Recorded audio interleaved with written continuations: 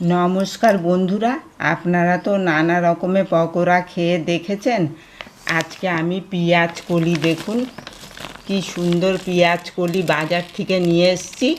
এইটার পকোড়া করে আপনাদের দেখাবো। আমি যাচ্ছি ভালো করে ধুয়ে এটাকে ছোট ছোট করে কেটে তারপরে কি কি দেব সব আমি দেখাবো। আমার সাথে শুরু থেকে শেষ পর্যন্ত আপনারা থাকুন। দেখুন, পকোড়া বানাবার জন্য আমি পেঁয়াজ কলিটাকে ছোট ছোট করে কেটে নিয়েছি। দেখুন, আমি বেসন দিয়ে দিলাম এই বাটির 1 বাটি, আর এখানে একটু চালের গুঁড়ো দিলাম, মুচমুচে হবে পকোড়াটা।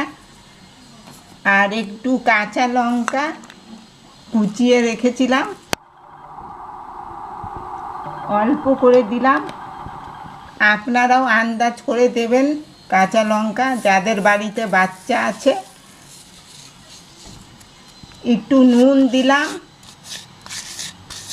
পরিমাণ মতো নুন দিয়ে দিলাম। হলুদ দিয়ে দিচ্ছি পরিমাণ মতো। আর একটু ব্যালেন্স করার জন্য একটু চিনি দিয়ে দিচ্ছি।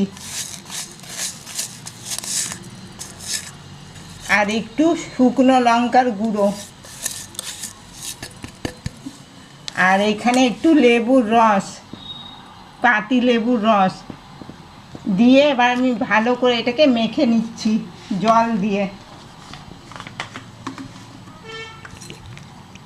দেখুন, ভালোভাবে সব মেখে নিয়েছি। আর এইদিকে আমার সর্ষে তেল গরম হয়ে গেছে, আমি সর্ষে তেলে করে নিচ্ছি ছোট ছোট করে পকোড়া। দেখুন, এক সাইড হয়ে গেছে, আরেক সাইড আমি করে নিচ্ছি। এই পেঁয়াজ কলিগুলো এত নরম ছিল, আর নরম পেঁয়াজ কলিরই পকোড়া খুব ভালো হয়। দেখুন, লাল করে সব ভেজে নিয়েছি, এবার তুলে নেব। দেখুন কি সুন্দর হয়েছে, লাল পুরো।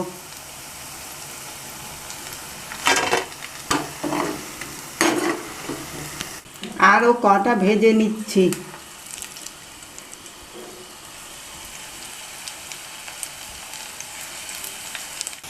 দেখুন, এক পিঠ হয়ে গেছে, এবার উল্টিয়ে নিচ্ছি।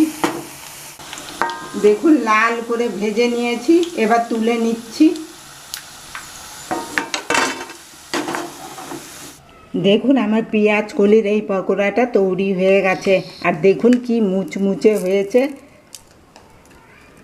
খেতেও অতটাই ভালো লাগে।